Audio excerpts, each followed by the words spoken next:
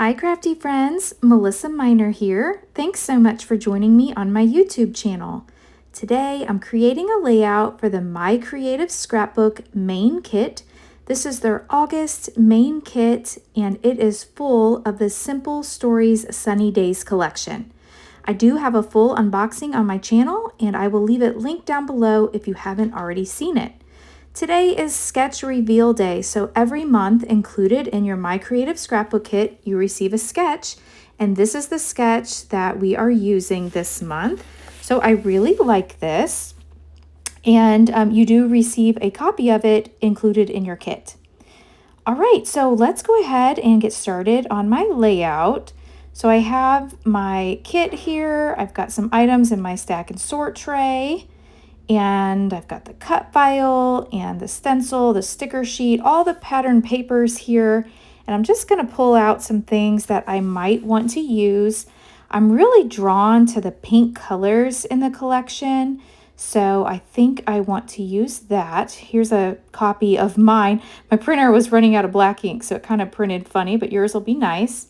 I've got 3 photos that I want to use today, and this is a picture of me and my boyfriend Dale, and we are getting ice cream at a coffee shop. So we moved a couple months ago and there is a coffee shop really close to our house and it has the most amazing ice cream. So it's called Mimi's and we love it. So I'm going to go ahead and try to place my photos onto this background paper. I'm not sure what size it is from the sketch. So I'm going to put my photos on here and then kind of go from there. Now this photo I printed 4 by 5.5, and then my other photos I printed, I think they're 2.5 by 3. And so I'm gonna go ahead and put those on here. And what this is gonna come out to, let's see, it's about 8.5 by 6.25 is what it comes down to. But I'm going to go ahead and put my photos on this background paper. And this is how I figured out my measurements. And I wanted this one kind of overlapping like in the sketch. So I've got these photos here. And we definitely want to document Mimi's ice cream. We've had it more times than I care to admit. So it's really good. All right, so I have those on here. I'm going to go ahead and bring in my pencil just to kind of draw a line where I think it's going to go, and bring in my paper trimmer. And I think I can just eyeball this with my paper trimmer. And it looks like it goes kind of towards the bottom of the photo. Now this, in the sketch, it looks like it goes a little bit under the photo. I want mine just a little bit longer. So that's where I'm going to make this cut. And then for the other one, just going to cut it down the side there, just leaving a little bit of room. And then we'll put that on the cardstock. Now off camera, I will go in and distress the edges. I do like the distressed edge look. I'm going to do a frame style layout just like that they did. And so now I need to pick some pattern papers. So I'm going to audition some of these pattern papers from the kit. They are all so gorgeous. Now this one is a 49 in Market paper, and it was also included in our kit this month. And then I've got the ice cream paper. I liked it, but I felt it was kind of busy. I like the blue. I definitely like this pink polka dot. And I like this one. So I'm just going to pull out a few that I think might work, and we'll just audition those first and see where we land. So I've got a few here. I know I don't want to use the green, so I'll pull those over. Ooh, I like that. But I think I'm really set on this one that has the colors at the top. I really like that one the best, and that's that 49 in Market paper. So I think that's where, so you see that doesn't look good with the polka dots. This one just seems to fit. So this is going to be the paper. And now I want to bring in a few tools from my stash. So I've got this die. Now this is from Spellbinders, and it's from the Simple Vintage Flower Shop collection. And these are some detailed cutting dies. And I think what I want to do is I want to use some of this pattern paper from the top, like this color, and use this die and cut out a couple strips to mimic that portion that is on the sketch with those scalloped borders. So if I cut off just a little bit here in my paper trimmer, just wide enough for this die, I think I can still use this background pattern paper and come out okay. So let me go ahead, I cut a strip off. And now I was thinking, oh my goodness, what did I just do? Is this gonna work? Because I realize I need a 12 by 12 to place my page on, but that's okay. I'm gonna come up with a solution. I went ahead and cut this down. So I cut the pattern paper down to 10.5 by 10.5. I wanted it square.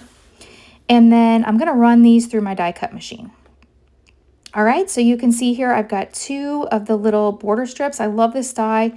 It has the little stitching. There's 3 different dies in the set, but this one I picked the one that has the little stitching, so it just adds another level of detail. So what I think I want to do here is I want the pink to show. I know that I kind of want the colors to line up. So I'm going to go ahead and glue this one down, and I'm just going to tuck it behind that photo of Dale. And it kind of sticks out the edge in the sketch, so we'll go ahead and repeat that. And this one, I want to glue it from the outside in because I really want that, that darker teal to show to kind of match up with that color on that side, if that makes sense. All right, so I have those all lined up, and the 2 photos aren't on the same plane, so my borders aren't going to be exactly, I wanted my borders to be straight, but they're not going to, you know, I had to match that up. All right, so now I'm going to mat this 10.5 by 10.5 on a piece of 11 by 11 white cardstock. I did distress the edges, and now I've got my piece that I've been working on with my photos. So I like the way this is looking. I'm going to need a 12 by 12 sheet for the background. So I want to audition some papers here to see which I'm going to like best. While I'm thinking about that, I'm going to go ahead and glue this piece down, and then we can start some fun embellishing. So in the sketch, they had like a couple little banner strips out the side. So I cut a little banner using the pattern paper. And this is some of the ephemera that came included in the kit, and it is just perfect. And it looks like it was made for this layout, I think. So I like the word sweet at the bottom. I've got life is good at the top. And then I think I want to use some of these little die cut ice cream cones and build a little cluster over here. I want 3 clusters. So I've got one in the upper left. I want to build one in this top right, and then one between my photos there. And I think I like how that looks. I did pull in this one with the pink top of the ice cream cone. That's from the sticker sheet, and I just used my powder tool and removed the stick off the sticker so that I could move it around more like a die cut.